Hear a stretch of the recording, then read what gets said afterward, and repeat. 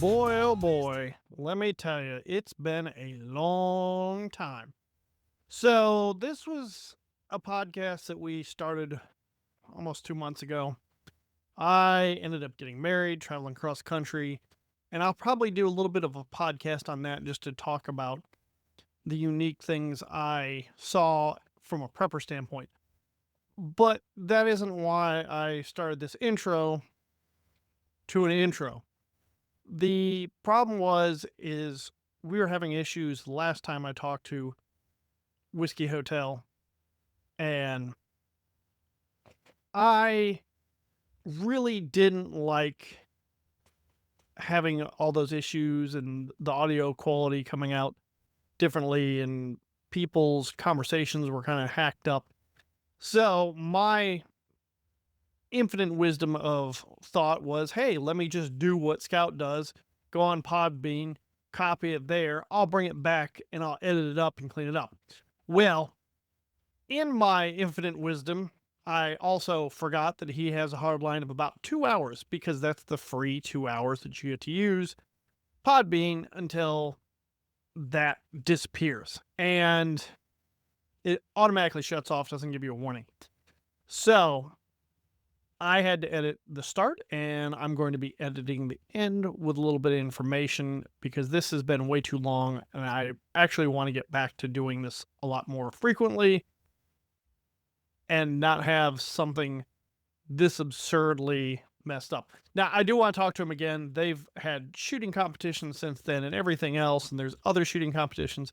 And I think James is extremely smart in this field, and I think he's pushing the right kind of people. So we'll try to get this hashed out, and I'll try to figure out a better way to have him on because there are people that we have on that don't have really good quality audio coming from in pipelining into the squadcast that I normally like to use with the regular guys.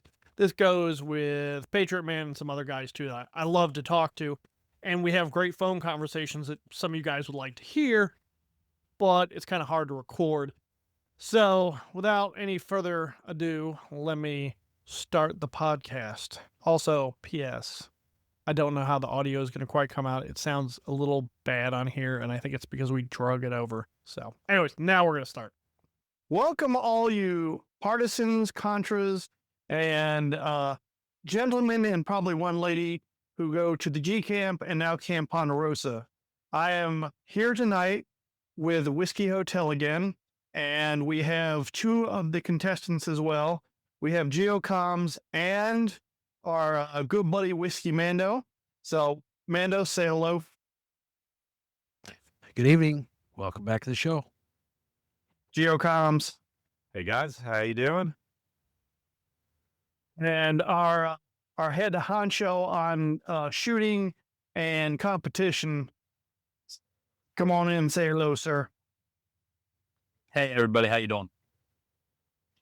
So we're going to start this out. I think I'm going to start with James first, and kind of tell me on your end how everything kind of started out with your competition, because this is the after action of the competition you guys had, and I just want to see what any prep work that went into it or anything that was notable. You don't have to go into full detail, but just anything that was like, ooh, this was a problem, or oh, this worked well, or whatever else, or just things that you pique your interest. So, first of all, thanks for having me. Good to talk with you guys again. The match had 106 shooters on the day of the event. That is the largest match we've run year to date, and we got 106 shooters through 6 stages and 4 ruck, and we're done by about 5:30. I was definitely nervous running that many shooters in a single day event, especially with 6-minute stages. And we talked previously, the match ranges from 5 yards out to 500 yards. It is semi-automatic rifle. It is a team match.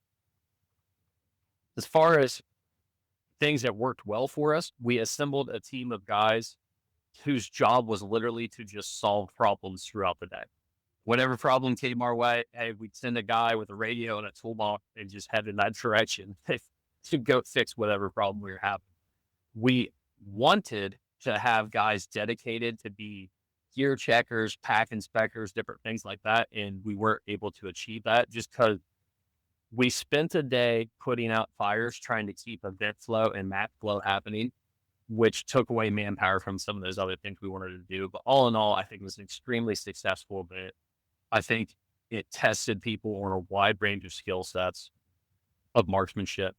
And I think we accomplished the goal of pressure testing American riflemen.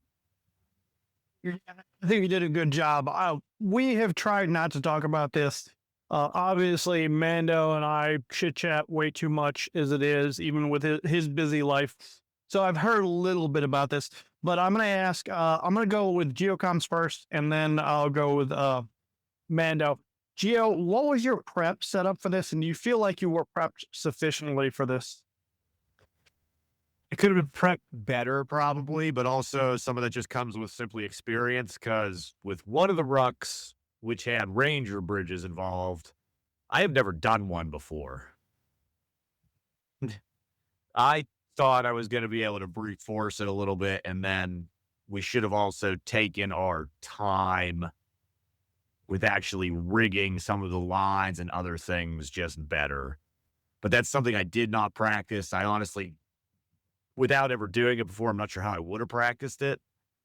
But other than that, for the rucks, other normal rucks and the marksmanship and all that, I feel like I was pretty well prepared. I feel like we did pretty good on the rest other than that one train wreck. If it would have been one Ranger bridge, Jimmy, it'd have been okay. But you had to throw two in there on that one, didn't you? That was shooter feedback. That was shooter feedback. Shooter said, "Man, we love that Ranger rope bridge. Cool. I'll put two of them in there. We'll see if you stay that night." Yeah, that was rough. That's what I heard too. So I'm gonna switch over to Mando. Mando, what was your setup like? You got right for this thing, and I will talk about those bridges probably 2 or 3 times because they were an interesting photo to see. But what was your setup? Did you feel like you were set up for this, or do you feel like you were not ready?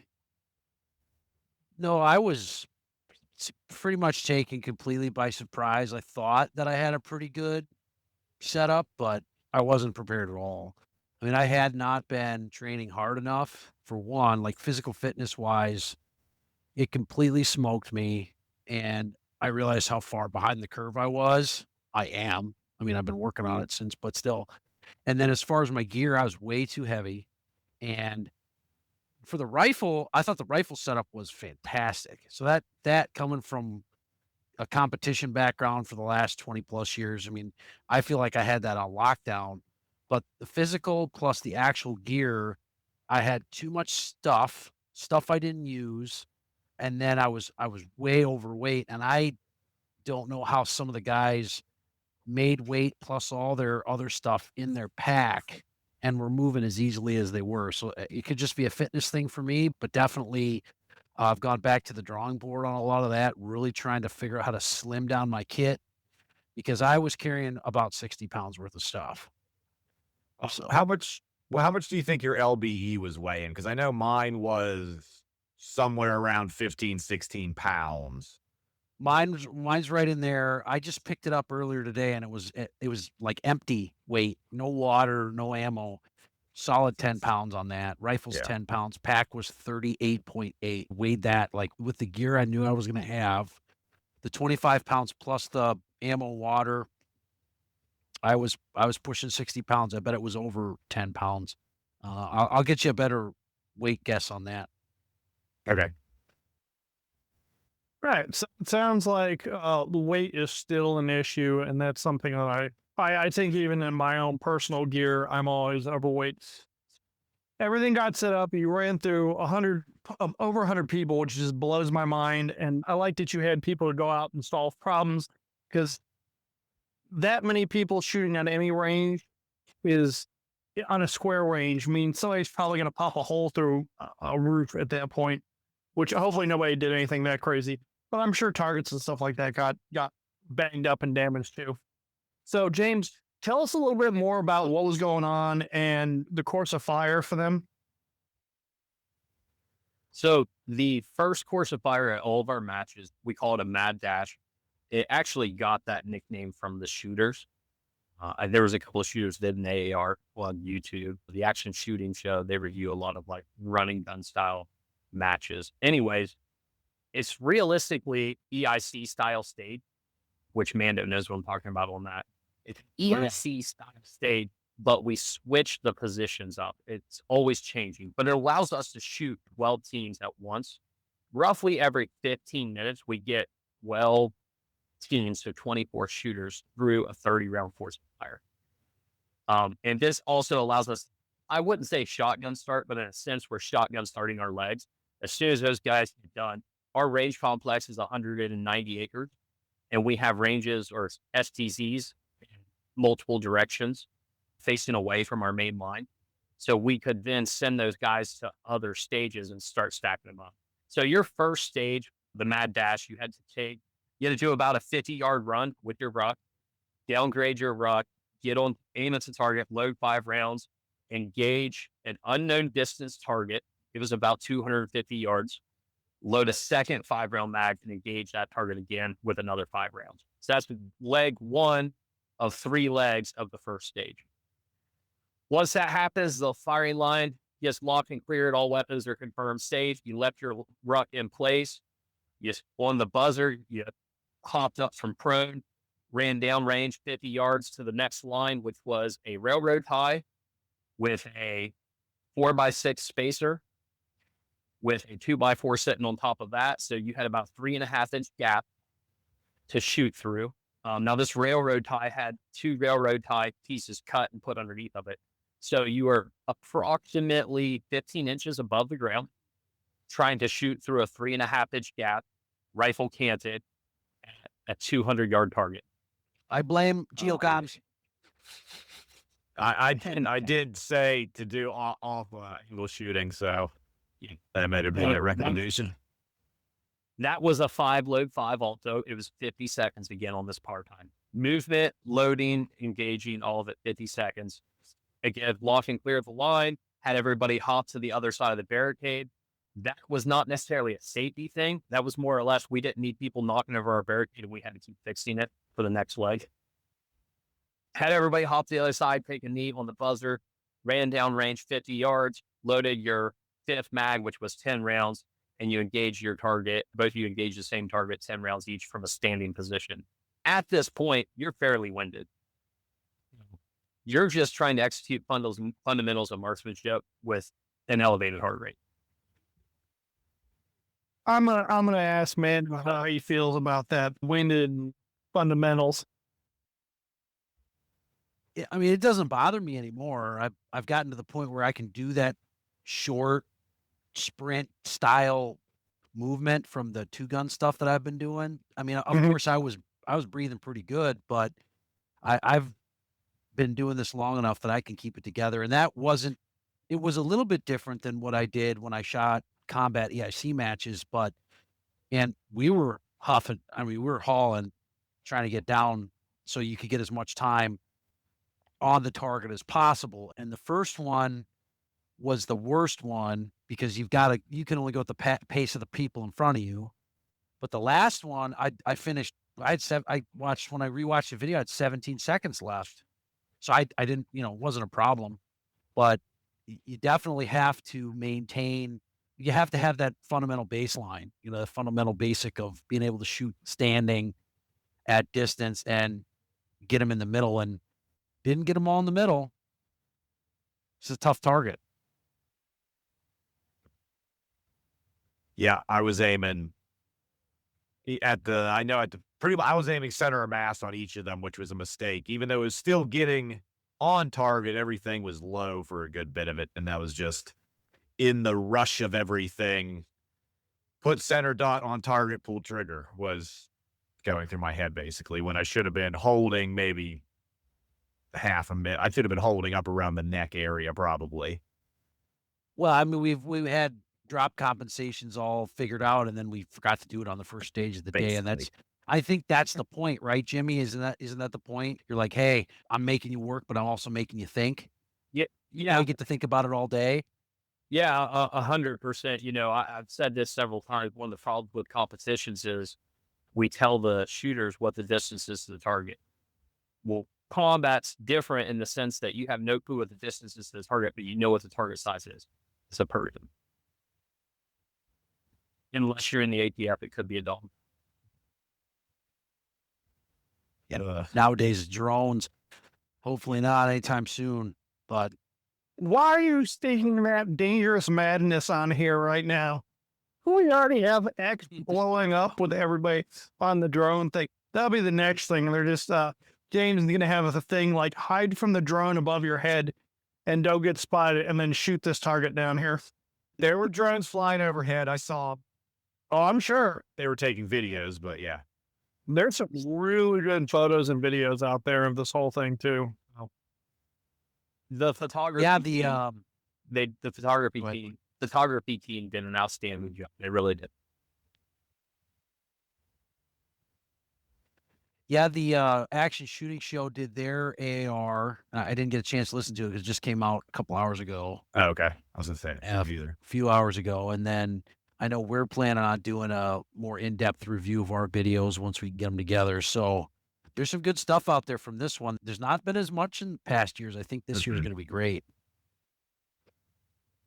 But I feel like for the Mad Dash, we did pretty decent, even though looking at the scores, initially we were like, oh man, but like I told Mando too, is like initially I talked with the action shooting show guys and Delta 34. So like to base our stuff off theirs is probably not the best to because Very they're top experienced competitors. teams. Yeah, they know what they're doing, but the Mad Dash always surprises me with I don't know what some people are doing on it, but I'm like, where did your shots go? But it's definitely an eye opener, I think, for a lot of people for something different and yeah, unknown distance basically, and not it's square range, but it's not quite a square range. Yeah, and I think how they were doing that stuff too. Everything I've seen from the photos and videos not being there, it was a square range, but it didn't feel or look like one all the time. Which is, and you're also moving around too, which kind of breaks it up. It makes you feel like you're doing more. Not, I can't remember the name of the specific brand, but Savannah, Georgia has one. Just south of there, Richmond Hill. They had a Tough Mudder kind of style. And I believe because of that range, they have like 3 or 4 gun ranges, but they go through like marsh and water and also this stuff. It's more of an athletic challenge, running around water, getting like all messy and dirty with your gear. But there's, from what I talked to one of the participants, they're like, yeah, I shoot on that range all the time, but it doesn't feel like I'm shooting at the same spot every time because of how they had it set up. And they did a couple other things too. But that looks exactly like what James did with a lot of this too. I definitely like so the premise is in a lot of them were it was blind in a way. Like you didn't get to really review the stage before you had to do it. It wasn't until basically you had your first sight down your scope or your red dot or whatever that you really got to see what you were going to be dealing with. I mean the what was the one with all the moving targets called? Target discrimination. Yeah, I mean, that one was you walk up and you're just looking at cardboard. I don't know where these are gonna come from. I don't know what they're gonna do.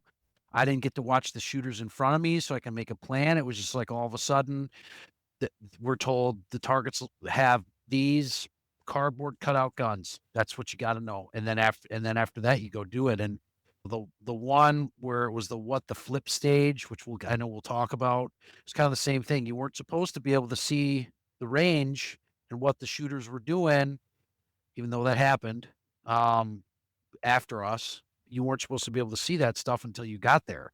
So even though it's not necessarily a blind stage in that respect, because you could look up and see the whole target array. You didn't know what you were supposed to be doing. Like, what was the stage brief? What was the stage description? What was my course fire? I had no idea until I flipped that thing over or until the target pops out in front of me. So I really, really loved that concept. The only one that wasn't like that, I think, was Mad Dash, and even that was still kind of Oh, like the we didn't know what we were outpost. doing until we got there. The outpost too, because that took description of like 6 times before I understood. I had to watch it before I really knew Right. how that one was going to work. That one was definitely complicated. So I've got an idea, guys. Let's just walk through the stages as you shot. Yeah. Okay. Okay, So we did the Ranger Bridges first, which was the Pink Rock, I believe. yeah, we And decided we that, wanted to get that knocked out as oh, soon I'm as so glad we possible did. because at the end of the day, I don't know if we've been able to do it at all. Okay. And that well, was on this. Go ahead. Go ahead. Sorry. nope. After you. Okay. So the guys that had the second fastest time on this, I wanted to share what they did because I thought it was hilarious. So they were in the 16-minute par time or rain. Oh boy. No penalties. They grabbed all the gear, ran down to the far rope ridge, threw all the gear down. The guy pulled a roll of duct tape out of his backpack and duct taped their packs to the back for him. I'm not kidding. That's awesome. Yeah. Pulled a roll of duct tape out, just used one strap, one carabiner, rigged up the backboard. He took right across the rope bridge with the tagline while the other guy was still tying the tagline to the board. That I mean, that was the fastest team, right? That was a 16-minute team. Yeah. So from my experience, I haven't done that since I was in AIT, I think. We never did it when I was active duty or in the guard. So I haven't seen anything like that in 20 years.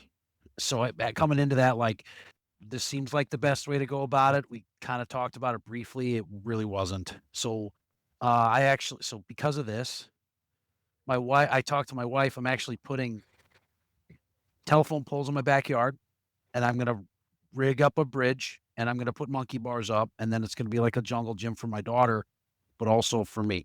So, way to go! This your fault. You're welcome. Yep. So after that, we did around the clock, and that was a really fun stage. Yeah, I enjoyed around the clock on this one a lot. That was a lot of fun. Yeah, so this is a thing people get confused by because I always call that style of stage around the clock. Around the clock is a stage where you have a physical task that earns you the ability to score points, and then you do it as many times as the clock provides. The actual stage name on the day of the event was called Catch a Lift. Yeah, right. Catch a And lift. yeah, and Catch a Lift sponsored the match, and they are a not-for-profit organization that specifically works with getting disabled vet mobile again. That's all they do. And it's a really good program. They even had a disabled vet there participating in the event. Although he's far from disabled, he is a Purple Heart recipient, and but he is far from disabled now for sure. He's a very mobile guy, prior Ranger back guy, and his teammate is the prior Ranger back guy, and they did the Red Ruck in 10 minutes. That's crazy. That absolutely, they ran the whole time. That's awesome. Running, yeah, and came back. But anyway, sorry, Catch a Lift. I'll let, if you guys want to go into that, or you want me to explain the stage real quick. Yeah. You can go ahead. Okay, so the stage, we had 2 barricades set up, and our intent was to simulate high man or low man on the corner of a building, maybe covering a long alleyways you might have seen in like Iraq. And the scenario was you carried an 80 or it was about a 70-pound sandbag back to the vehicle, loaded it on the top of the vehicle, grabbed the second one, loaded it on the top of the vehicle, put it on the ground, grabbed the first one, touched the ground with it, ran back up, dropped it. You went corner of barricade, simulating corner of a building, engaged. The closest target was about 165 yards. It was a head silhouette, and then at right around 220 yards, there was a 12-inch square hung in the corner.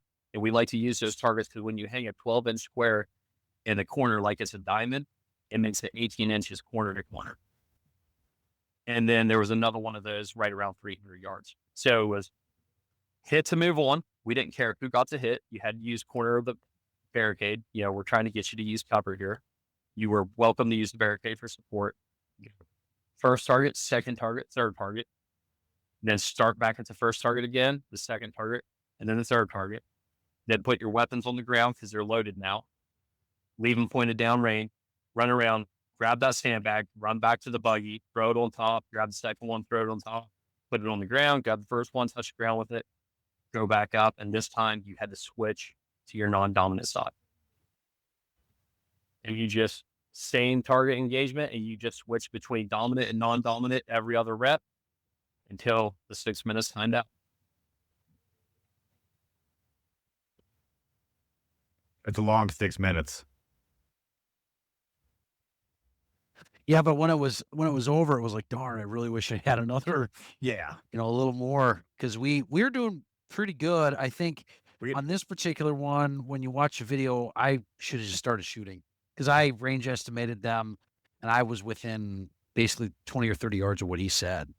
Just visually, I should have just started pounding targets. I pulled out the rangefinder to actually get it. Didn't need it. That was the last time I used it the whole day. And what we get full? I thought we got 4.5 rotations through. Yes, we got 27 points, which we were starting over our second set of shooting through the targets on our fifth set, basically, our fifth run. You basically, I was shooting first, and at that time you were ranging, but I was able to pretty much I was pretty much able to make first round hits on all three right off the bat, or pretty close to it. We're done by the time I got my rifle loaded. It was quick. So almost forgot. I almost started to pull away and set the rifle down before I was like, wait, no, I got to go back through this shooting here again. I got to shoot him again. I forgot twice. You had to remind me twice so we keep going. So it was one of those ones where I just don't know if I caught what the course of fire was, but I loved it. It was the coolest thing because for me, going to go to the left shoulder and shooting was awesome. It didn't feel bad at all. I was right in there. I didn't feel like I shot any worse left shoulder than I did right. Yeah, I don't think I did either. I just noticed, at least for the first time of it, it took me a little bit to get my eye correct behind the scope. But then after that first time, I didn't really notice it again. Yeah. And like you said too, what we should have been doing was we could have designated one person as the main shooter and shoot, but then like if you miss one, the second shooter should have just been sending shot right away, basically.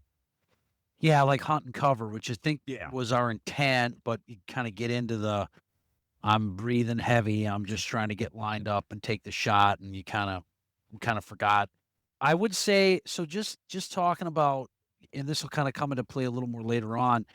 I think our actual communication while we were shooting until the end of the day, like it got better as the day went on, but at the beginning of the day was definitely where we were weak, having never shot together before. Yeah, we've never shot. But it really got better as the day went on. And this was kind of one of those, like, you were telling me stuff and I should have been talking to you more. And luckily you did, because otherwise I would have gone up and just ran off. And from this experience, I would tell people, put your stronger runner in front. He's definitely the stronger runner. He wanted to be in front of me, and I kept getting in front of him, and I should have just let him be in front of me because my arm can go pretty far out while he's away from me. So after this, we did the Blue Ruck, what was the fastest time on that one? The fastest time on Blue Rock, it was really quick. It was like in the 11-minute time range. It was Austin and James, the two prior service back guys, just running the whole time. Were those the jorts guys? Yes, they were the guys in jorts. Okay. That's what I thought. Yeah. Okay. Yeah. Did they get the bonus points on that one for the what was it, finding the various items and stuff? No, they were so worried about making time, they weren't willing to risk stopping and getting the bonus points, and they have 4 extra minutes to burn. I completely missed it. I kind of misread how the map was labeled because I thought that was just the name of it, and it was the was it target identification or Yep, target identification. was just pointing to the blue line, but it was actually pointing to where the sign was. Yeah. And I was just kind of heads down going, and they were like, I don't know what we're supposed to. And then they're like, oh, yeah, there's a sign. Like, completely missed the sign back there. And only then, when I looked at the map, I was like, oh, that was actually marking where the sign was and not just what the name of the ruck was called. So this is a point to give to both Jimmy and Mark, and I want both you guys to chime in where when we have done FTXs or training or online, even when we do it on like for Forger and stuff, we do area studies, we do map planning and all that. We didn't do that. We just didn't do it. So lesson learned on that. Yeah, and to be fair, like when you go to the G camp the first time, unless you know where you're going, a lot of people don't do that. But the next time you go to the G camp, especially with Op4, you know the area, and it helps a lot more. And I won't say that's gaming the system for this at all, because maybe you do need to know the area. Like, Maybe because I'm coming down to the scout course. I've already pulled up and made LiDAR maps of G camp area. I mean, if you know the guy is there, yeah, if you know the guy is there and you like you can get that intel, but like I took scout course in Florida on a Okay. location that want to be exposed to the public and no one had seen before. And one of my good friends went out to the Missouri course.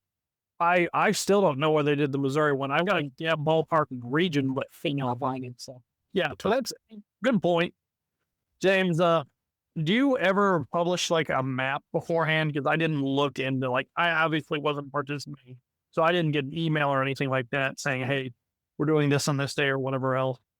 What information do you pass to these guys before they come out? I give them some little basic information. I did post a picture of the map a couple weeks prior to the event, and I did tell everybody, like, hey, it might not be a terrible idea to bring some tubular webbing in a carabiner. That being said, we've never built a stage where you needed to show up with a piece of equipment. If you didn't have it, you couldn't complete the stage. The turnaround point was, and always is, overworked, our control point for the event flow. And I think there were some things being missed in briefs when guys were kicking out on rucks. And, that's unfortunate, but also it happened to everyone. Several guys didn't get to brief like, hey, stop here and do that. For example, there was a team that stopped, and instead of doing the bonus points on the blue station, did it on the white ruck instead of the blue ruck. I get it. That's not a big deal, Yeah. Well, and it was the same course for the first half or something on both of those. So that's awesome that you did that. So, because like for us, we were like, oh, we missed it, so we're not gonna game it and be like, oh, we missed it. Like we knew the match director's intent. Oh, we missed them. Oh well, we were like, oh, too bad we couldn't go back and find it, but we were already slow on the time. It also said don't sacrifice your time to try and find these items too. So boom. Yeah. So we probably wouldn't have tried really, other than if I was just walking and seeing random things. Like I wasn't going to slow down even if we had known. Yeah, every 15 seconds over par, you're losing a point. So if you're going to stop for 15 seconds, you better make up more than 1 point. Yeah. Which might have hurt us on what was the on the red rock? Yeah, that we wasted about 2.5 minutes on that. So we should have just kept moving. Yeah. Because look, you're fast as far as your ruck times. I just figured out 2 days ago that I was basing my ruck times on a quarter mile short. I didn't realize it. So I thought I was good to go. And we got out there and I'm like, dude, this is my fast pace. So we were too slow anyway. We could have got some more points if we just kept moving, but it was Yeah. still cool to do. Like, I'm glad we tried to do it because now it's just kind of a neat thing, like all the stuff that's getting incorporated into Yeah. these events. Yes. So we did. Oh, go ahead. No, we'll talk about that one later. Sorry. The next one was target discrimination, and we did really good on that. Until I Except- shot an innocent bystander. Hey, say again what you said originally after Don't- that happened. Don't walk into an area where there's a shootout going on holding a cell phone in your hand. I mean, but that's common practice. I don't know if you saw crazy shooting where they were like Ghetto for Peace or something like that. And there was people shooting at each other and everybody's like running around hiding and people started pulling cell phones out. I'm like, oh my God. So Don't be a military age male in a combat zone with a cell phone either out, because I mean, that's maybe or something. Timmy, you want to chime in on this? All jokes aside. Yeah. So I've said one of the hardest things a police officer has to do is make a life-saving decision, or possibly going to jail, right? Or life-taking decision in a split second. You've got to decide the difference between a pistol and a cell phone. And we thought, okay, let's incorporate this in a stage. Yeah, it And was tricky because you told us what to look for, what we could engage, but not what to look for that we couldn't engage, right? So it was one of those things where it just popped out and there it was. Something moving. That's what we've been doing. Like for 75% of that stage, there's something moving. And something started moving and you put the gun up. Pretty much. And luckily I only shot it twice, and it was like, whoops. So I'll give you the stage. So the stage had 2 electronic movers. They were shoot targets. There was one bystander in the background that did not move. Static, no shoot target. This forced you to pay attention to through and through. The closest target was a pop-up behind a wall that you couldn't see. Had a pistol and it was a shoot target. There was a no-shoot mover that rolled out into the middle of the fight with a camera. And there was a no-shoot pop-up with a camera. And literally it was a piece of cardboard, spray painted black, cut into a rectangle the size of a cell phone case. So those were your no-shoot. All the targets were wearing shirts. The targets were 3-dimensional. So we had got these, cannot remember the company that makes them, but they are like 3D cardboard silhouettes. And then you put the scoring zone on the back. And they're about 3 inches thick. And that is to simulate, entering 3 inches into the body to the vital zones. And then you can put your scoring target on the back side of it to where the vital zones would be. So this makes you pay a little more attention to the angles in which you're shooting. That being said, I don't know that we had steep enough angle to really make you have to worry too much about that. But we're just trying to add a level of realism to our targets. So in combination with the shirts, with the guns, having to ID and discriminate your targets and pay attention to what's in front of or behind your target when engaging. There's a lot mentally to process there. I like doing stages like this because we don't care so much about your split times. It's when we're like, hey, you really better be sure that you are good to take this shot. And I'll tell you, the shirts are deceiving because you've got like a 2XL shirt on a 18-inch or 16-inch wide torso, and it hangs real far down. So you're like height over bore with the top dot. I'm shooting what looks like the center of his chest, and it's hitting him in the stomach and the pelvis, right? So it was pretty neat. The feedback afterwards, because they were like, hey, can you help us pace targets? And so we get to walk down and actually see where we hit, not just here's a raw score. Like that was probably my favorite thing, even though we had a no shoot that got hit, which, that goes back to the communication aspect of I put my rifle up. You see in my video, I put my rifle up and I look at it and I put my rifle back down and then bang, bang. And it's, oh, why didn't I say something? Why didn't I just say, no shoot. Because one of the other guys, I watched their videos, and that's what they did. So it's like it was one of those lesson learned, and then from that point forward, it was really drilled into my head. Hey, this is a team match, man. You've been shooting a lot of solo matches. This is a team match. And then the feedback you got from being able to score your targets was awesome. I loved it. So the movers, I've never seen a stage that was all movers before.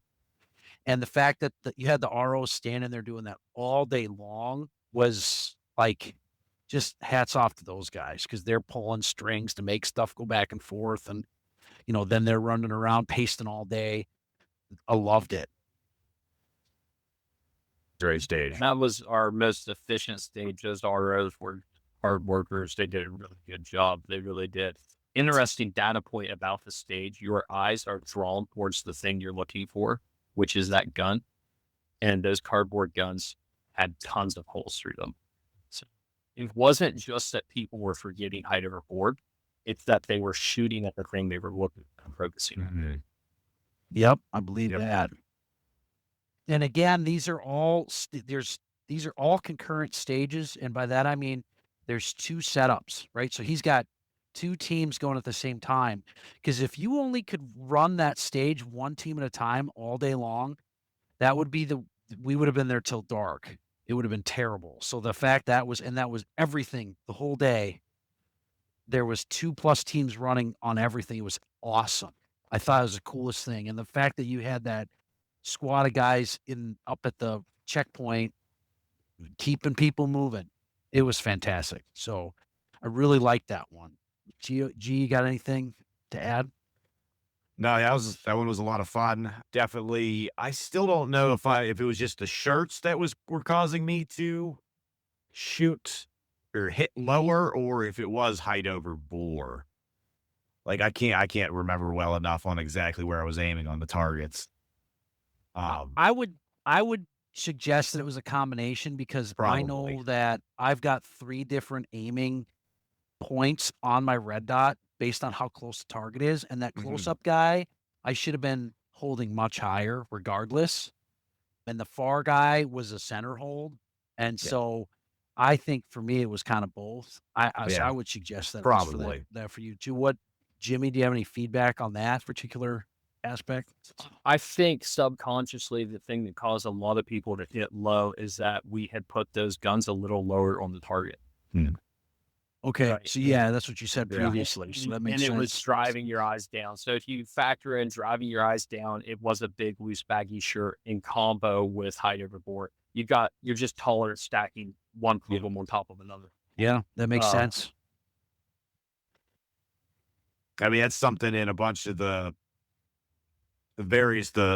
crap. Why can't I remember the guy's name right now? Some of the competitive shooters are like, as you should be, your eyes lead before your gun goes to where you're going, and you hit what you're looking at, like you said. And it just kind of goes together with that, but in a negative way on that one, because you're looking at the gun. So you shoot the gun. Instead of center of mass where you should be aiming. So we actually teach an accountability rifle program. And it's all about like putting your bullet exactly where you want it inside that short range, and like you being held accountable for what you're doing. And I don't want to dive too far into the rabbit weeds of all this, but there's some really interesting statistics about gunfights and guns getting shot because that's where your eyes are drawn. Yep, I can see that.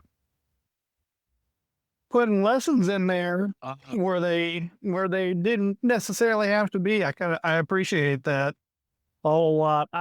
I do want to talk about that eventually too. I think we talked a little bit about this last time, and we talked about it off air as well. I love that you're teaching courses that directly flow into competitions. And not just your competition. It sounds like other groups are doing this too. And I know you guys are out competing as well at these other competitions. So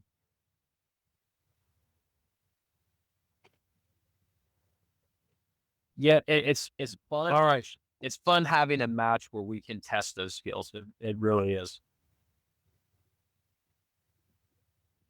Well, we'll talk about that because I'm waded into the deep water with this stuff after this one. But the next one is we did the White Rock, which was another 1 mile-ish rock that was on a similar course. That one was really flat. There was no hills at all. Like on the Blue Rock was a little hillier. This one was the initial hill to get out of the center point, and then there's a dirt road. And I thought that there was a bonus thing on that because on the map it says vehicle ID, which I thought I did, but they didn't ask for anything when we get back. So was there something in that? Because I thought I saw like a blue or gray car truck thing in the weeds or something. So there was supposed to be a vehicle ID, and what it was supposed to be was a picture of a Russian piece of armor, and we were going to have a picture of several pieces of Russian armor, and you were going to ID which one it was. However, I went out there the morning before, and our picture was gone. Oh no. So I don't know what happened to it. Have no clue. It just wasn't there. So then we were like, well, we have to scrap those bonus points. Again, that turnaround point is really congested. And I think it just didn't get relayed to everybody that the bonus points for that stage were out of play. Yeah. I did. Because after the Blue Rock, when we missed all the bonus, I was like, okay, I'm going to keep my eyes on a swivel. And I was like, head on a swivel, head on a swivel. Oh, there's a truck door or something over there in the weeds. Okay, that must be it. Let's keep going. And I guess not. So that's all right. After the White Rock, and for people that are listening to this, these are about 1 mile rocks. So the turnaround point was about halfway. And we'll talk about fitness and stuff after that. We did What the Flip after the White Rock. And that's the one that we did not get a video of because we both forgot to turn our cameras on. Yep. So if you want to see that, you'll have to watch some of the other guys' videos that are out there. But that was a cool stage too. Let Jimmy take it. Yeah. So What the Flip, that stage was intended to give you, we wanted to test your ability to engage targets at distance. And we intentionally set that stage up to be semi-blind and beg. So you go out there and basically all the information you have is follow the instructions on the card. Once you complete the instructions on the card, flip another card and do it. You had targets. So there was 2 target sets for you to engage. Depending on what side you're on, it was either blue and yellow, pink, or blue and white, orange. So the first card actually said engage the 3 blue and white targets near to far, 4 shots each from a prone supported position. Now, there was a little breakdown in communication between the match director and the ROs, and we did run this the night before or the day before at the RO match. I specified 4 shots. I didn't want you guys to stay on those targets until you got 4 impacts. I was trying to create more movement. However, the ROs said stay there until you get your 4 hits. And he did it for everybody the same way. It's just not a big. Once that's a big. Sorry. Go ahead. Wait. No, I was just gonna say it's a big difference. That's all I was gonna say. But I'll wait. It is a big difference. It is a big difference. However, so the way we had it, I've got a team of guys that have shot in these or have been on this journey of building this match with me for a while. Everybody had a job to do. And in the morning, you had Eli Wood. He was running the Mad Dash. You had Mike Tamer. Mike was running the scoring system. You had Chevy, he was over running the target discrimination stage. You had Nam Win. Nam was on the other side running the blind stage, and kind of once the blind stage had got established, he was going to move over to catch a lift. And you had me at the turnaround point with a friend of mine, Paul Clark, running the turnaround point. And we all had, like, after our first duty was good and the people there, like, understood what they were doing and was flowing well, we all had a secondary objective to go to and make sure it was running well. So here's what happened. Eli's second objective was, after running that firing line, was going over and running the outpost stage. We had 0 hiccups on the outpost stage. The only issue was we didn't have the manpower we thought we'd have. And he got consumed there all day.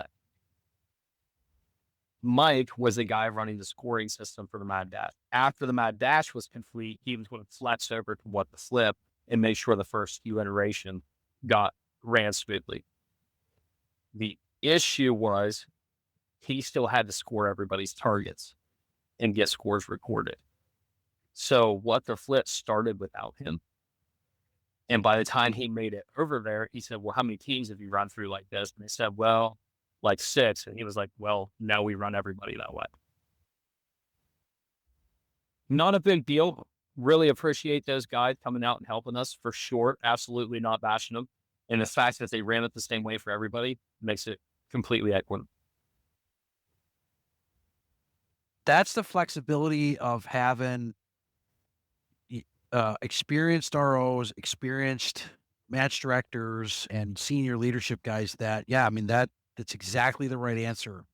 And that just from a competitor's perspective, 4 shots versus 4 hits, that reflected into the outpost at the end of the day. That was our last stage of the day where there was confusion on that. And so that's a huge difference, because if I take 4 shots at each target, each of us, we get to try to do more iterations on the cards, because as it was, we only got through 2 cards, right? Wasn't that right? Yeah. I don't think we got through 2 cards. And so, They're both. well, yeah, and so I really would have liked to have seen more of what that stage had for us, because I feel like in 6 minutes, we spent a lot of time. I mean, a lot of time, and that actually reflected further into another thing, shooting at the targets, where Geocomms was basically out of ammo at the end of the day. Yeah, and I had brought at least, I think, 210 to 250 rounds. I think I had 20 rounds left by the end of the day. Right. So that being said, that's not the issue. I mean, it really wasn't an issue at all. It's just interesting, hearing what the intent was versus what happened. I think I communicated this. I don't know to Shu, but the issue that I had with the long range stage was and I don't know if this was an RO or a spotter that was inexperienced, or maybe you can comment on this, but we were hitting the target multiple times. I was seeing the splash on the target, like especially the close one, and the flasher was still going off. From And first, and we weren't getting hits called, so we were just having to continue to pound that target, and I think that also ate up a lot of time for us. Did you hear any of that, or is this just me maybe being silly about that stage? No, so that's the feedback I got all day. Okay. So I'm going to take a sidebar here in a second on all this, but that was similar feedback I was getting all day. I don't know. I do know Seth and David. They're definitely good guys, good friends of mine. I don't know their long range spotting experience. There was a little bit of bragging from the Friday before, where we had a different guy that was helping RO that and taking all the notes and different things. One thing, and I'm going to take this gig on myself, I should have briefed them guys, and I don't know if you guys noticed this. Them hit indicators have a pattern. It's 3 flashes fast and then 3 flashes slow. And if you shoot that target twice, it'll start that 3 flash fast instantly again. And I do not believe I briefed them guys that at all about those hit indicators. Well, and I'll So comment that. Oh, if you sorry. double tap that thing and it goes strobe, and then you hit it again, it'll just start into the fast strobe right away. Well, that's good to know. I didn't know that either. I haven't shot on them for a while, but I mean, again, it's the same thing as with 3 hits versus 3, or 4 versus 4, whatever impacts. If it was run like that all day, again, if it was just us, I'd be like, hey, just for future reference. But if it was like that all day, hey, man, if it's fair across the board, fair's fair, and I'm good with that. And that's again why I like this match so much, is like everything was totally above board in the open. If it was totally your performance physically, but then as a marksman, it really set it apart from anything else I've done before, and why it's been my favorite match. Okay, so here's how, as a match director, I evaluate stages. So first of all, the goal of the match is to not allow anyone discipline of marksmanship reign supreme. That is a challenge to do in a shooting competition. And what I mean by that is like you shoot USPSA or you shoot PRS and you don't dabble into the other one.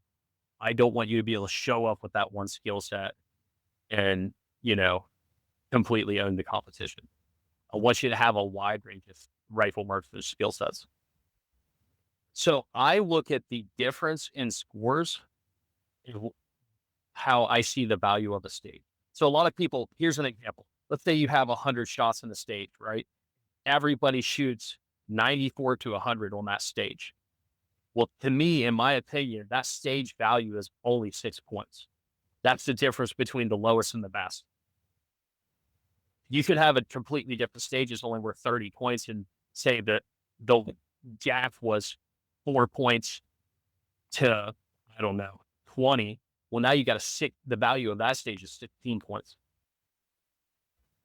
If that makes sense, because you need to look at what the difference is. That's actually what's mattering when it comes out to the score being added up at the end of the day. So on that whole tangent that I'm making, the difference between, and I never factor in the highest score on a stage. I found out for some reason there's just always outliers. You can't factor the highest score because you don't know if maybe those guys were just really on point. Maybe there was an accidental reasoning for them getting a high score, XYZ, you name it. So I go with the second highest score, and then I usually reference, say, 10th to 15th place average and see what the difference is. Well, the difference on what the flip with points between the second highest score of the stage that day and the 15th place team. So that's not that major of a separator or a gap on that stage. It was the third highest for the day, but it wasn't the biggest. I see it, and I feel like that just points to that it being really fair all day long, no matter what. So again, I love that. I love the concept. You don't see that in PRS. You don't see it in USPSA. You don't see it in high power. None of that stuff is like that at all. So it's fantastic. Go ahead. Our goal was definitely to test your ability to hit a target at distance. Basically, we wanted to know if you knew your bullet drop at targets between 300 and 500 yards with that stage. Here's our failure point was the ROs didn't fully comprehend my intent. And the cards were intentionally vague, but also intentionally wrote a certain way, like we discussed, 4 shots per target. The next card said 2 shots per shooter per target. So with the first card, we didn't care which shooter took those 4 shots. It could have been 1 shot out of one guy, 3 out of the other, 4 out of one. It didn't matter. The next card was a 300-yard target and a 350-yard target. 2 shots per shooter from an unsupported position. Yeah, that was it. And then go back and do the next card. When we ran this on RO day, we made it through all 5 cards. So there was a little bit of a breakdown between RO day and what we ended up executing on the day of the match. And sir, so people understand what happened. So we had our particular, I think this is, since we were kind of in the average, I think on this, as far as score wise it was 3 targets, 4 impacts per shooter, and run back and flip the next card. And then it was put a tourniquet on a fake arm, which I've never seen before at a match.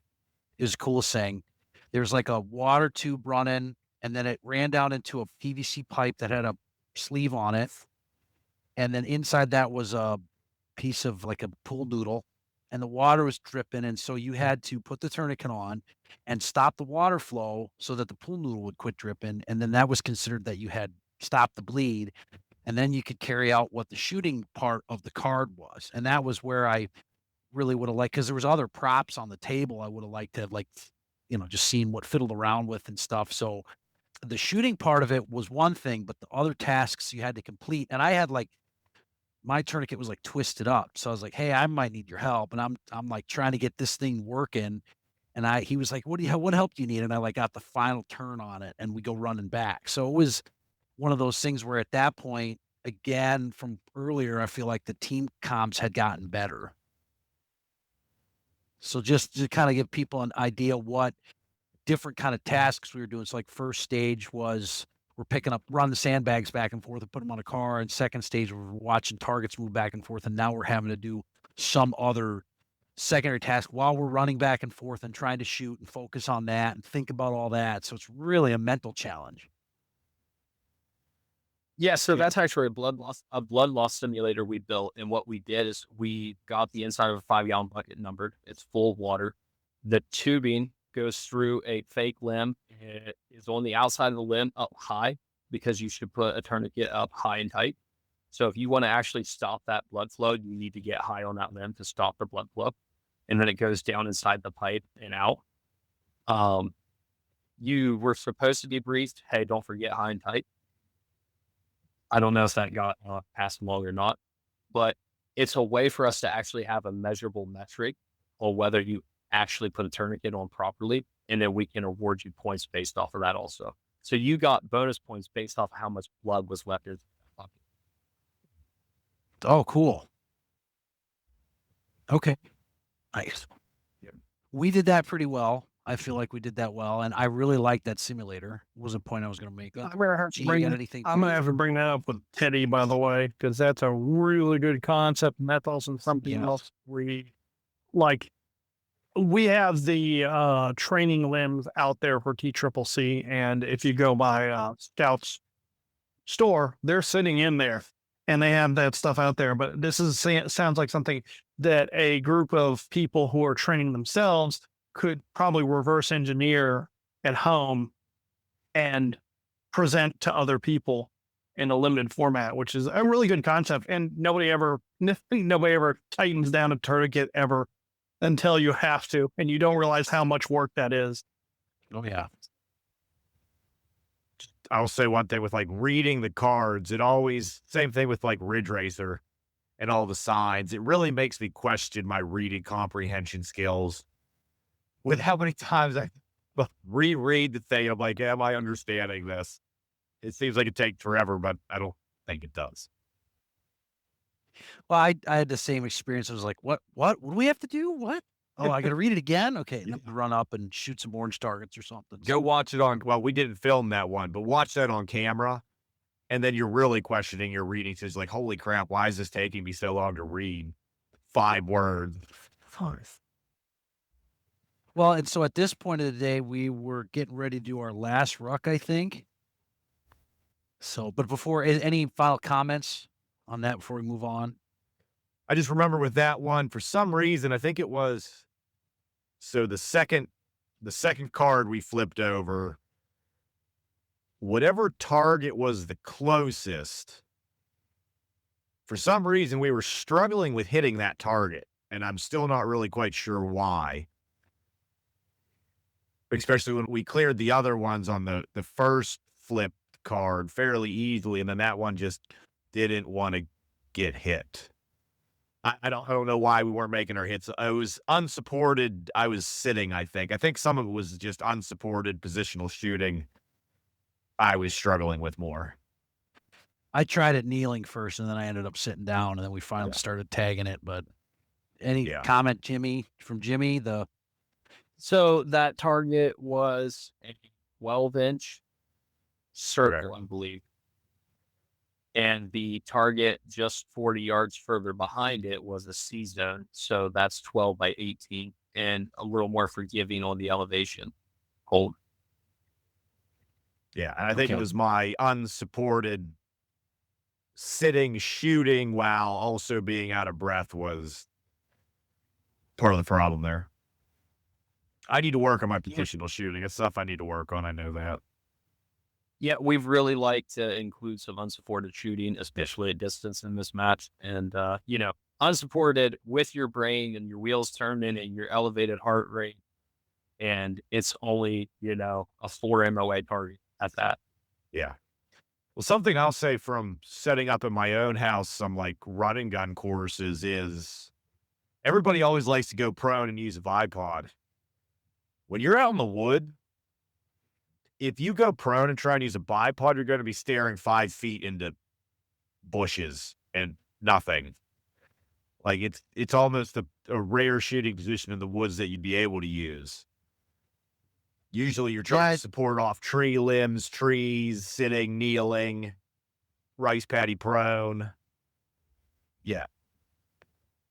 Support I prone found is that an odd one. even the first where we could use the bipod, and I pulled it out of my pack and clipped it on real quick before we started that stage because I kind of had it in my LVE all day. I got to the top target and I was like struggling to get down far enough on the back. I actually should have just taken the stupid thing off. Yeah. I didn't need it. It would have been better without it. But anyway, okay. Well, let's see. Next one was the Red Rock. This was the one with the target distance IDs and Range estimation. Yep. yeah, range estimation. We spent too much time there, but we got 2 bonus points out of I think 6. So must not have gauged the sizes properly.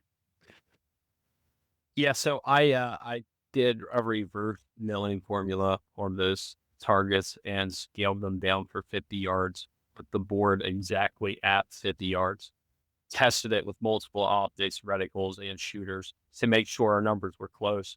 And then we said you were plus or minus 30 yards, we gave you the bonus point for range estimating it right. We had a little sign up said, hey, estimate these assuming that they're 18 inches shoulder to shoulder.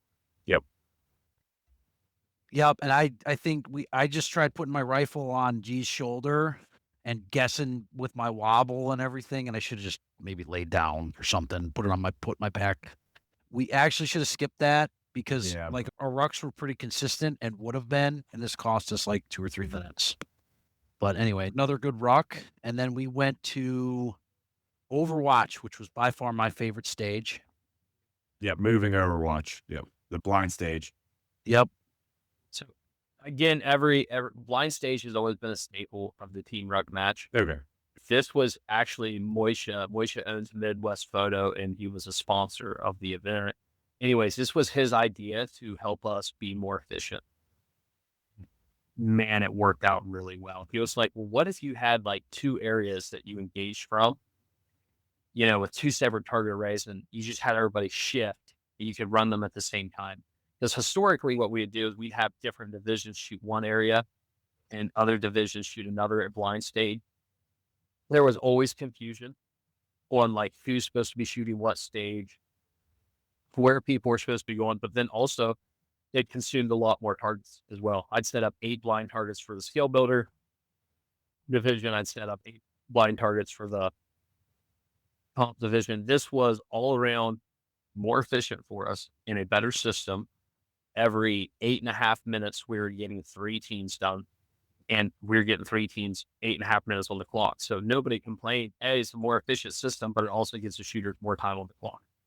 So it was just a win-win-win. Yeah, he gave us the double, run 2 areas, 2 teams. We're like, well, why not make it 3? Why not make it 4? Like, eventually you run out of manpower.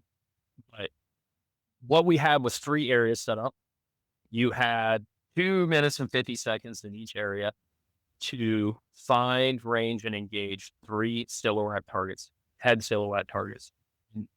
I've said this several times. I need to make sure I keep pushing it. Whenever we use a head, we make them 9 inches in width, whether it be nose to back of head or ear to ear.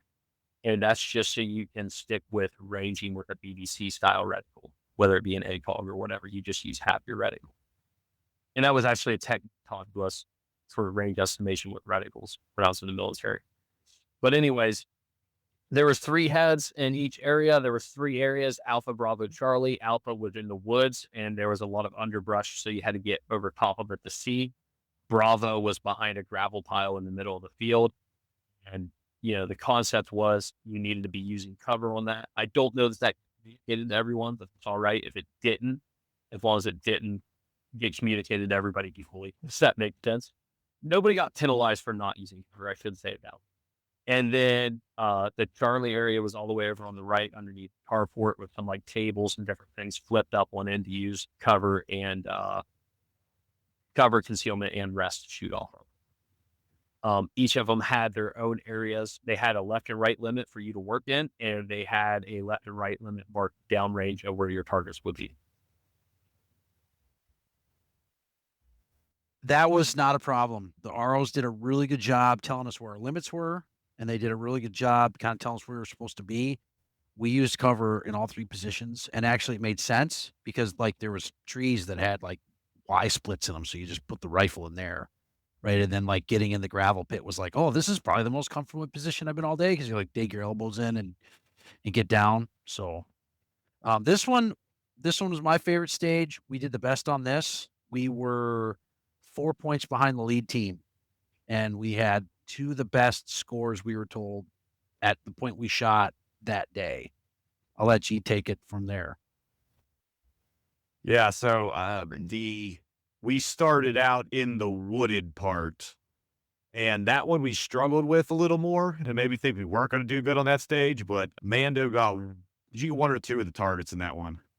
We found 1 target. I thought I saw another one, but it was like this giant black circle thing with holes in it. So I was like, I don't know if that's just the grass or a tree. I'm like, I'm not shooting because the thing that they didn't tell us till later was we don't get penalized for misses. Well, my thing is like, well, I'm not going to give my position up by shooting at something. And I didn't know that if I had known that earlier, I probably would have shot at it. Well, so it's kind of ingrained in a lot of people, including myself, is like, you're not going to shoot at something that you don't know what it is. You know what I mean? Like you're supposed to know your target and what's beyond it. Well, in a hidden target situation, that's not 100% always the case because a lot of times you're dealing with only partial exposures or, not a normal shooting environment. And that with the wooded stage, it was also a much wider bow. You had a lot larger area to try and cover compared to the other horizontally. Yes, horizontally. Yeah. Which, like you said, you kind of thought since it was such a large horizontal one, you think they were actually closer to us. And we might have been trying to look too far away, which you might be right on that. I don't know. Jimmy could probably answer that. Yeah. Actually, there wasn't a target from you guys are talking about in the trees. Yeah, so that area, I think the furthest target was 130 yards. Yeah, the only one I found was like in the shadows. It was next to a tree trunk. It was the same color as a tree trunk. And I think when I moved over to try to find it, like a part of it was cut off. So like he wouldn't have even maybe seen it. He's just like, hey, can you show me where it is? And like I tried to move over to show it to him. Then the time was up. So we had to get out of there anyway. But then go ahead.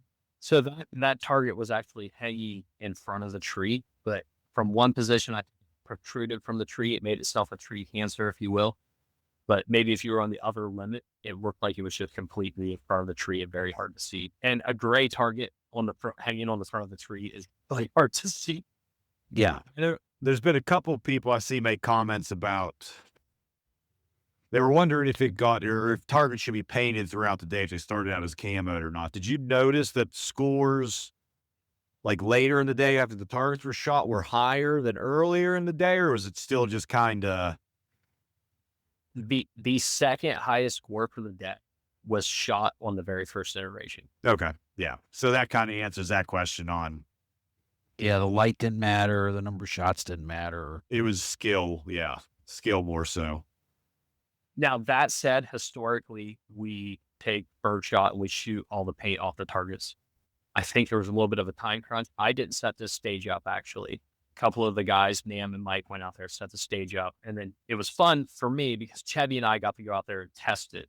And we really wanted to test this stage because Winter Ruck, this stage was a little bit of a flop for us. And we weren't satisfied with how Winter Ruck stage went. And there were several, we're not going to get into all that. There were several reasons why it went sideways on us. Anyways, Chevy and I went out there. I don't remember if it was like, let's just say the Tuesday before the match. And we're like, okay, we're going to run this the way the match would actually have it ran. We know where the limits are. We don't know where the targets are. Mike and Nam hung them up. Let's do this. So we run over there. Chevy and I shot it the first time, and we only found 4 targets. We were like, oh, this is going to be tough. actually the position you guys shot from. We got in those trees. I saw one of the targets. The sun's shining through. I'm like, oh, there's the head. Flip my safety off, fire, engage, and I see the tree dead or a weed dead center where I see this head fall over. And I realized that I shot at the shadow of the target, not the target itself. Oh, wow. And I was like, That's oh, the nuts. target has to be nearby. That's what I told Chevy. And like, then we started scanning. I found it and we got shots on it. And that specific target that we found and shot that from that position only had 9 impacts on it. And Chevy and I were 6 of them. Wow. Wow. So that was a very hard target to find. I have that picture. I'll text it to you guys here later. Oh, I'd love But- it. Yeah, because I always want to know, like, okay, what did I miss? So I can be like, oh, that's awesome. You know, like, because I always like, oh, that's so cool, you know. So Um, we shot that stage. This is a skill set, and I'm not tooting our own horns at all, but Chevy and I have a fairly strong skill set when it comes to spotting blind targets in the woods and stuff like that.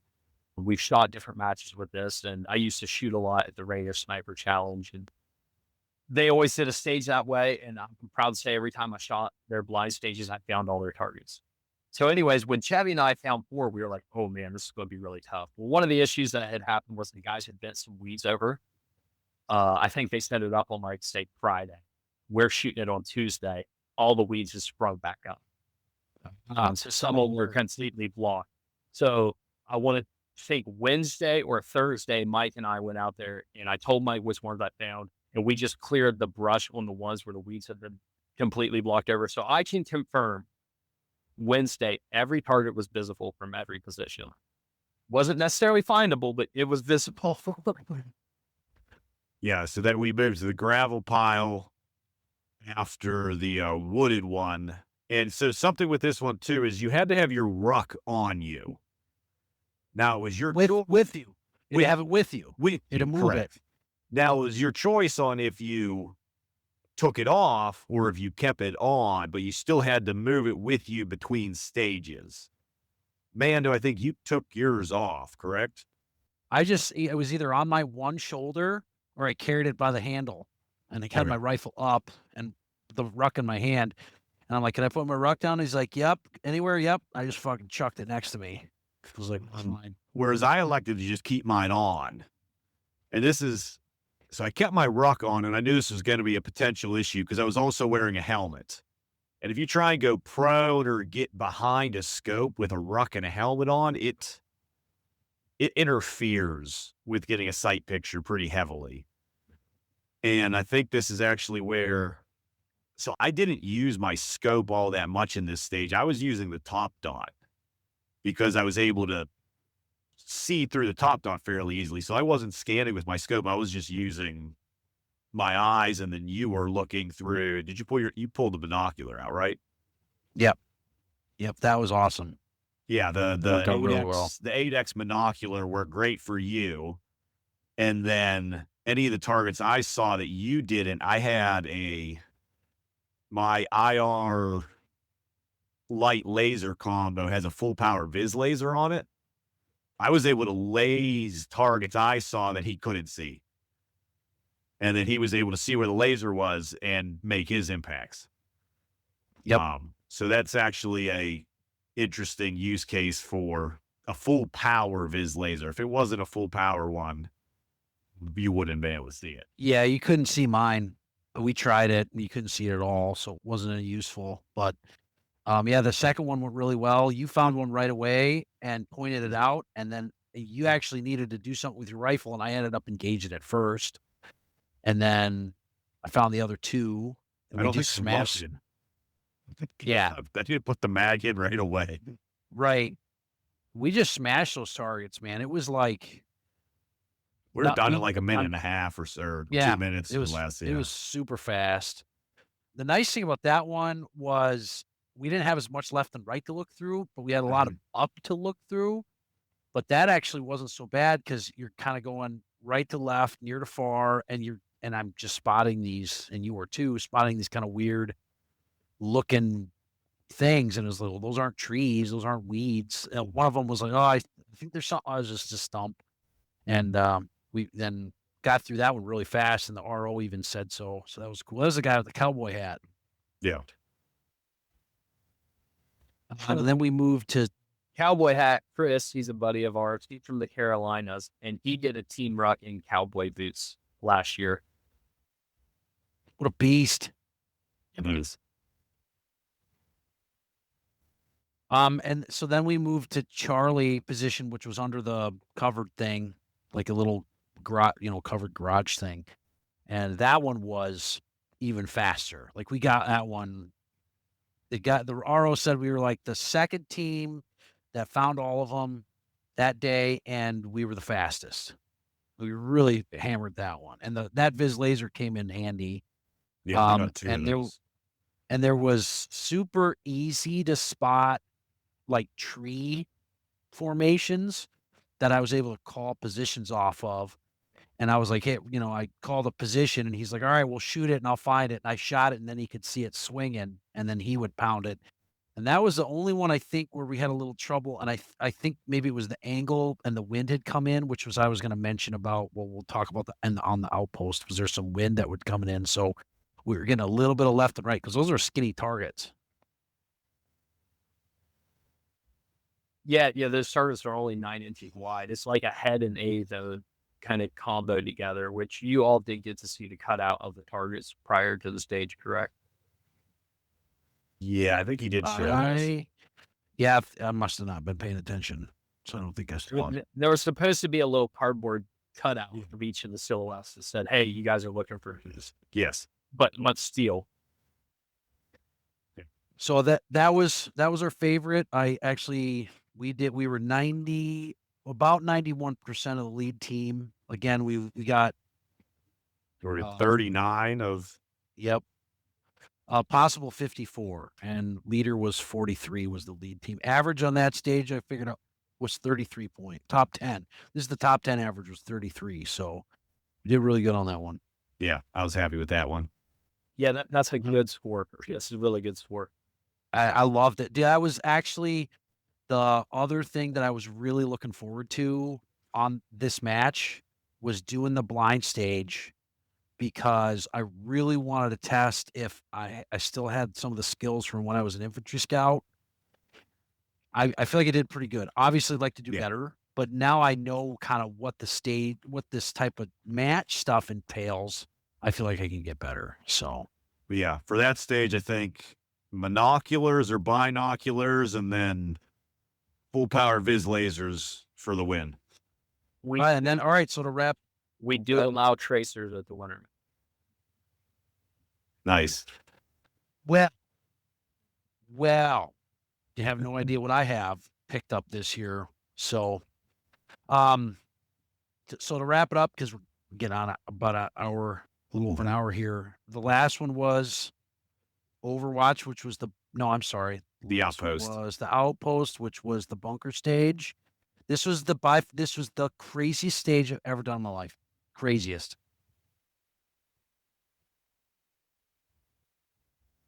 Go ahead, Jimmy or G. Let you get taken away. The theme for that stage was you're in an outpost in Afghanistan and you're fighting off a wave.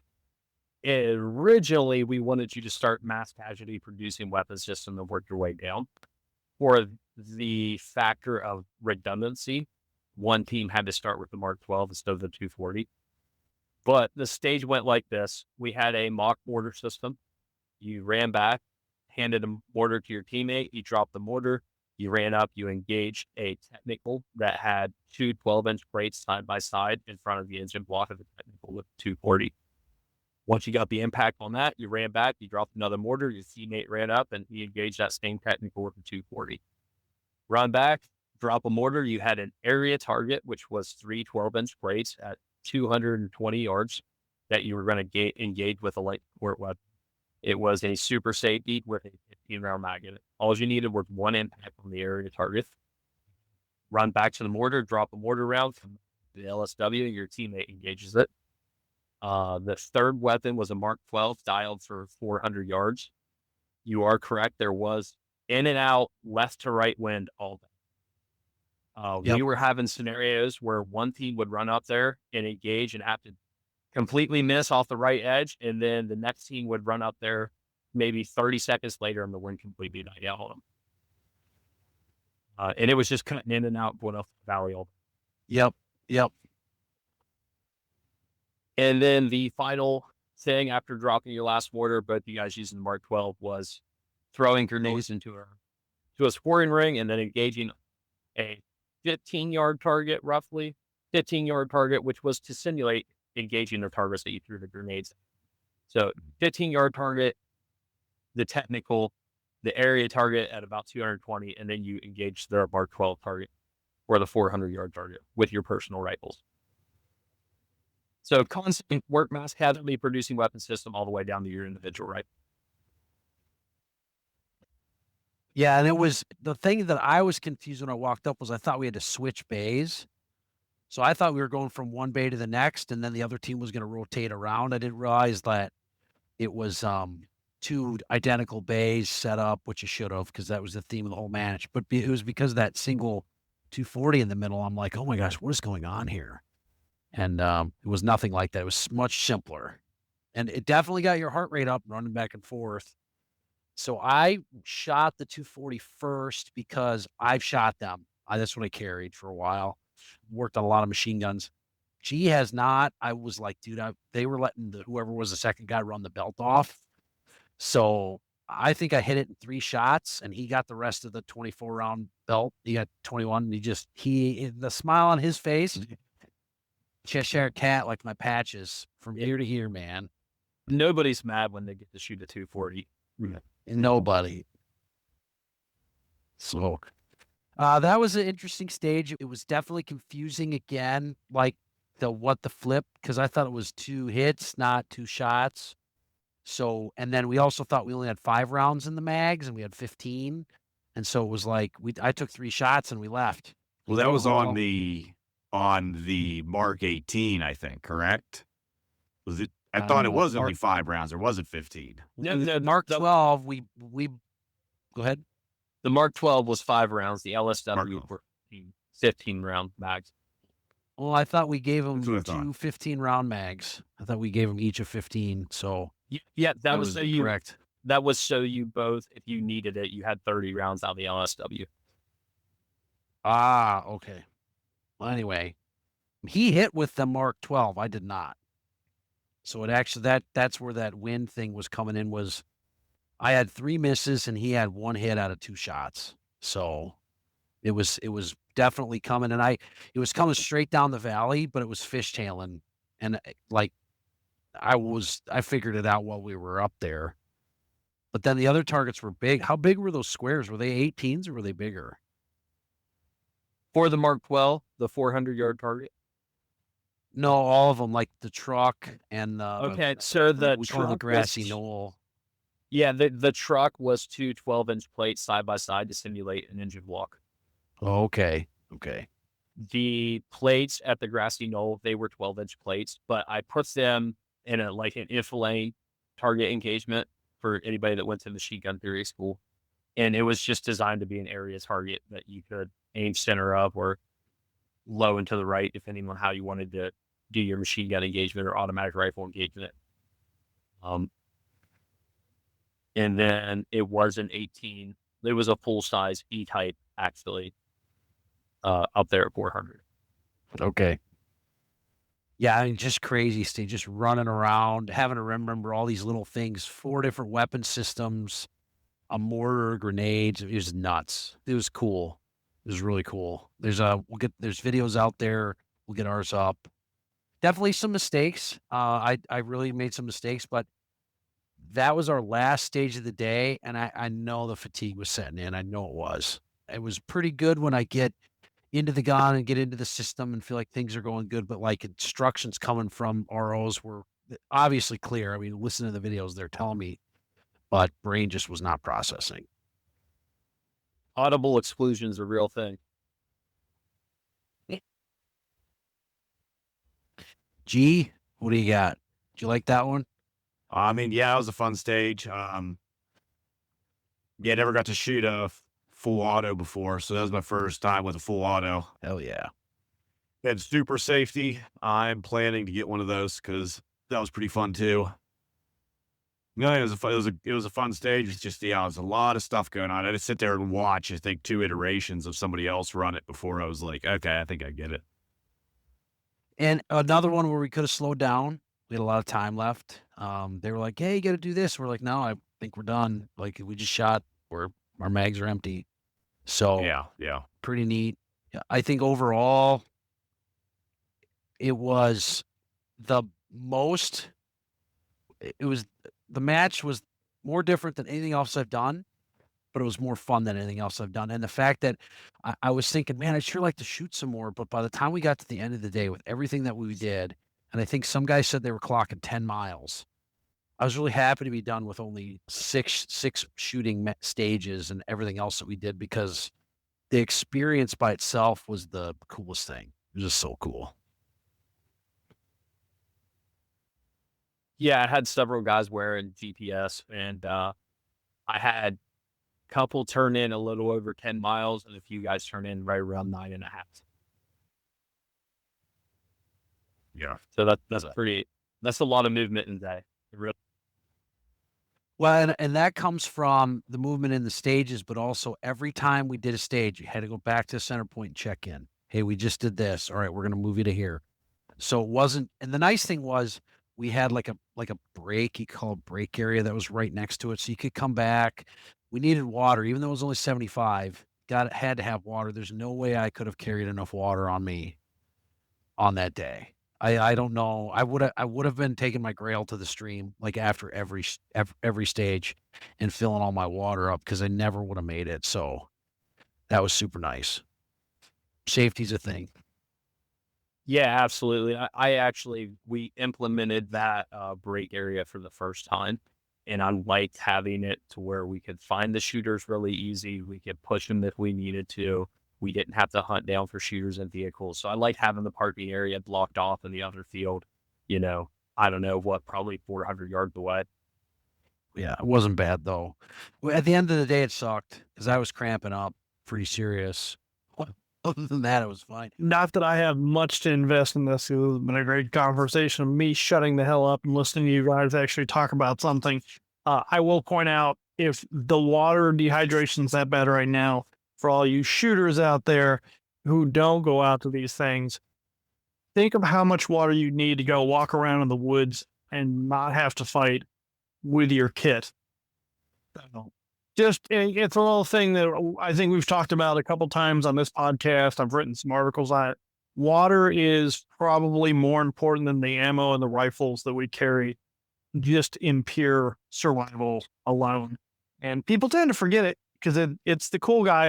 I'm enjoying listening to this. I saw the pictures of the mortar. I'm like, what is that? What is going on here? And then I saw the 240. I'm like, man, it was just in hog heaven right now. So, but yeah, it's interesting to see all the little nuance. And this is something, listening to you guys, the nuances and the little things you are learning along the way that is obvious to a person who's been in combat, but also isn't always obvious after you've been out for a while too. I've been dehydrated, dried out in the desert, and you forget about it because water is so accessible right now. And then when you're out there running around the field, shooting and doing the stuff and doing 10 miles, how much water are you going through? Something people don't think about, but yeah, my 2 cents. I was soaked. I mean, not just from falling in the river, the stream, I fell in the stream earlier in the day, but I was completely soaked from my head to basically like mid thigh from sweat. And I drank every bottle of water I could get my hands on. And I had a gallon of water that I forgot in my truck, and we couldn't go back to the truck, which I thought was the coolest thing. I think if I had said, "Hey man, I'm out of water," you guys probably would have let me go. But at one point I needed to use the toilet, and I'm like, I forgot my baby wipes in the truck. And G pulled it out. He had me covered. So Just because they don't take up any room, you just stuff those things down the bottom of all the pouches pretty much. They take up no room. that's right. Root wipes, son. Yes, water's number one and baby wipes are number 2. And then you can worry about your weapon. Yeah. I mean, you had that Grail filter on you, right, Mando? Yeah, it was actually full of water Yeah. in my pack. So if I had gotten to that point, I would absolutely drank that and then refilled it from the Pulled it creek out where of the it's stream, yeah. nice. Yeah, and I have the Sawyer mini filter on me as well as the H2Go. So I'm like, I can pull water out of the stream if I need to. I threatened to jump in that stream at the end of the day, but I did not have extra shorts with me, or I would have been laying in that stream, having people take pictures of me being a fatty in the stream. So I didn't. So I killed actually a think fish downstream. I think one of the better RO jobs was being the RO standing in the creek in his Crocs, just Yeah. not sweating like everybody else all day. Yeah. Yeah, well, lucky dude.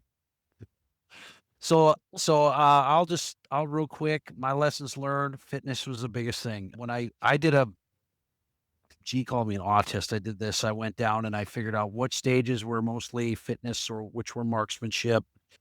So we were in the middle of the pack. We were 58% of the top 10 shooters. So we were middle of the pack in the shooting and the fitness stuff. And then against the top 10 guys, we pulled ahead in some places. We were further behind in others. Definitely my fault. I really should have been focused more on the fitness, but I didn't know what I didn't know. Now I know, and I've been hitting it hard. So if you guys want to if you want to do this, like he said in the previous podcast, you get points for finishing. So at least we got points for finishing, and I did it, and we did it. G is the real guy in this one. So shooting stuff was so cool. It was the coolest stuff I've done, and I have fallen hard for this stuff. I have signed up for 4. Right now I'm signed up for 4 biathlon style matches. All over the country now from between now and January, and I'm looking at more. As soon as they pop up, I look and see if they're feasible for me to drive to. So We got a ton on the books more than me. I got the hard skills coming up here in September 20th. I got the scout course in October, and then I think it's basically the winter ruck.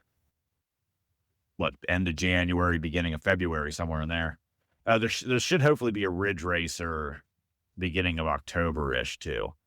yeah, we're getting close. When he usually does that, that's only 8 weeks from now.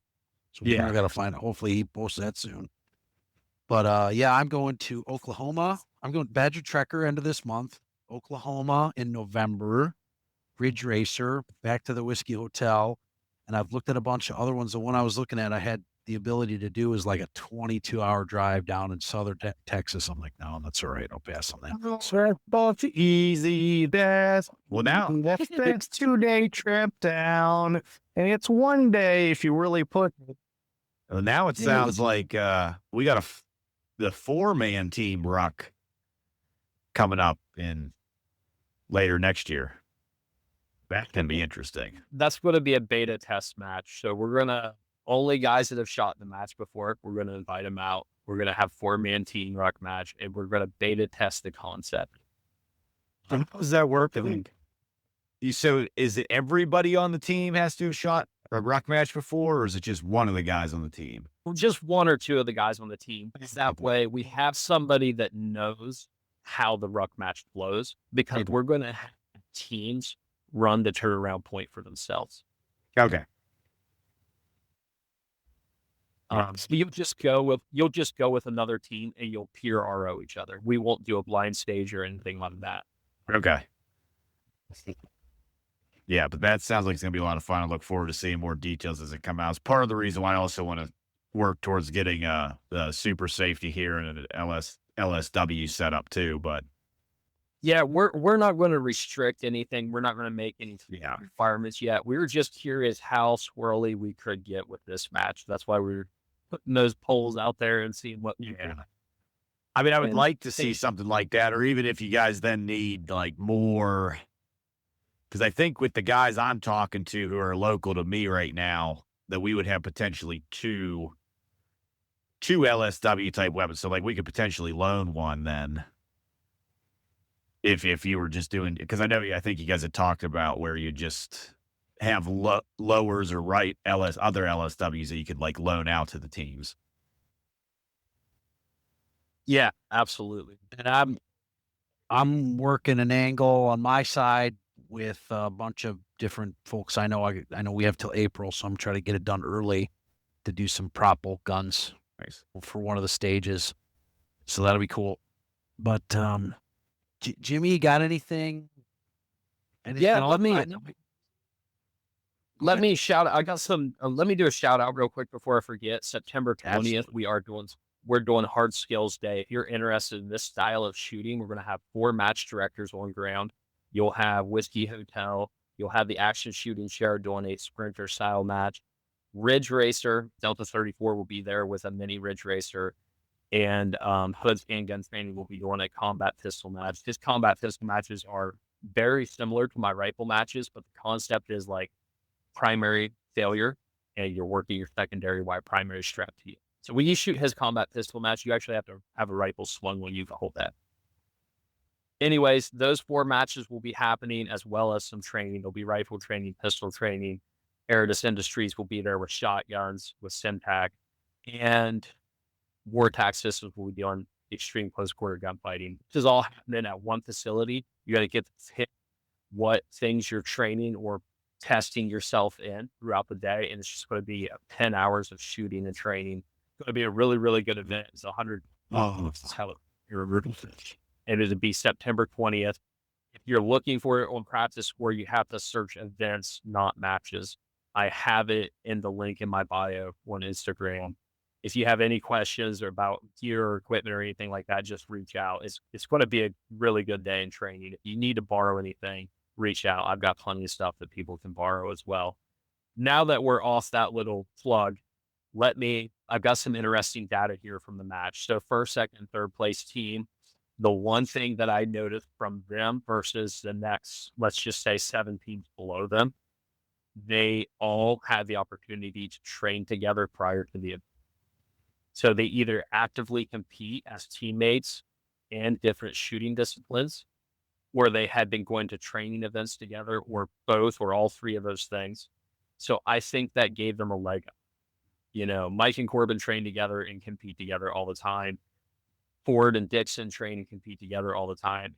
Ben and Colin were ROs together at the winter match on one of the stages. They were like, hey, we should team up. And then they just started training as hard as they could with each other. So that's pretty cool. Just a comment. I got to say, like, having a teammate is super motivation. I would not have been working even as hard as I was had I not had someone else I had to show up for.